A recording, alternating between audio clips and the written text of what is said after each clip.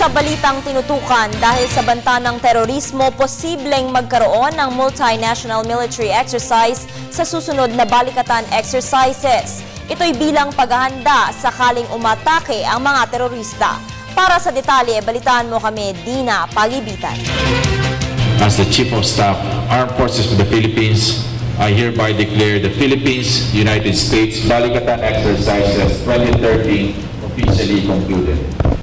Isa na namang matagumpay na balikatan exercise nang natapos sa loob ng April 5 hanggang April 17. Ito pa rin ang annual joint training ng mga sundalong Pilipino at Amerikano upang ibahagi ang kani-kanilang kaalaman, pamamaraan at taktika sa pagbabantay sa nasasakupan.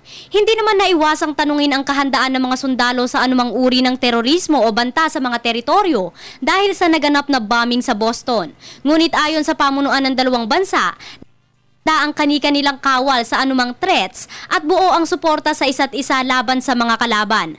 Nagpaabot din ng pasasalamat ang embahada ng US sa pakikiramay at pakikiisa ng maraming Pilipino sa pagkondena sa naganap na pag-atake sa Boston.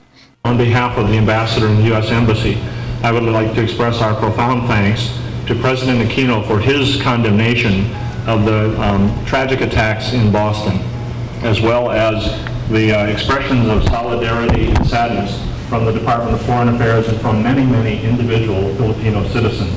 Naging mahirap man daw ang naging joint training para sa mga sundalong nakilahok, higit naman ang natutunan at karanasan ng bawat isa dahil sa pagkakaibigan at kaalamang maaaring magamit sa pagbabantay ng seguridad ng mga kababayan.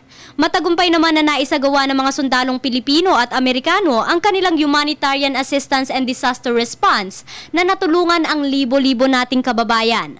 Samantala, importante daw ang naging pakikiisa ng China sa nasabing very significant, one just for transparency of the types of operations that we do, but of course humanitarian affairs and disaster relief operations, there's no one country that has domain over that, and we need every country in the region to be able to pull together and help countries in need. Tinitingnan din ng Pilipinas at US ang posibilidad na isama na ang mga training sa paghahanda sa mga banta ng terorismo sa susunod na balikatan.